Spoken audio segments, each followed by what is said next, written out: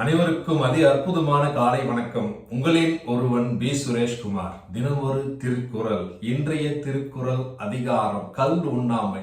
ஆங்கிலத்துல not drinking bomb wine சொல்லுவாங்க.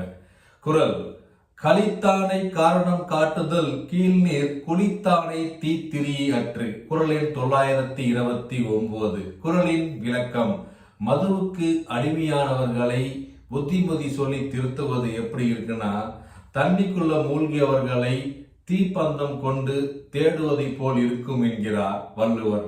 அழகா சொல்லியிருக்காரு பாருங்க. கல் உண்ணாமை அதிகாரத்துல ஒருத்தர் மதுவுக்கு அடிமையாகி அந்த மதுவிலிருந்து விடுபடாமல் இருப்பவங்கிட்ட நாம எந்த வித புத்திமதி சொன்னாலும் அதுக்கு பயன் இருக்காது. அது எப்படி இருக்குன்னா, தண்ணியில மூழ்கி ஒரு தண்ணிக்குள்ள போனவங்கள அதை எப்படி தேடுவதற்கு தீப்பந்தம் கொண்டு தண்ணியில தேடினா கண்டிப்பா கண்டுபிடிக்க முடியாதுங்க.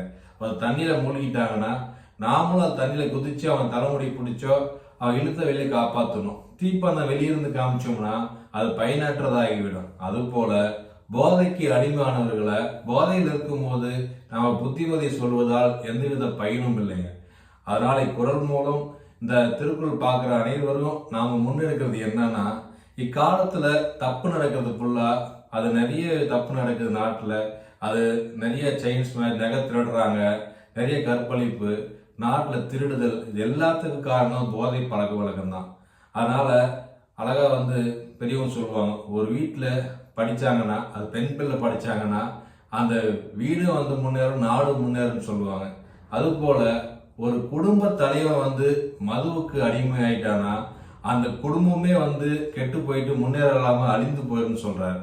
அதனால நம் நண்பர்களோ உறவினர்களோ யாராக இருந்தாலும் மதுவுக்கு அடிமையாயிட்டுன்னா அவங்களுக்கு தெளிவா இருக்கும்போது நல்ல விதமான கருத்துக்களை சொல்லி அதை விடுபடுவதற்கு காரணமாக நாம் இருக்க வேண்டும்.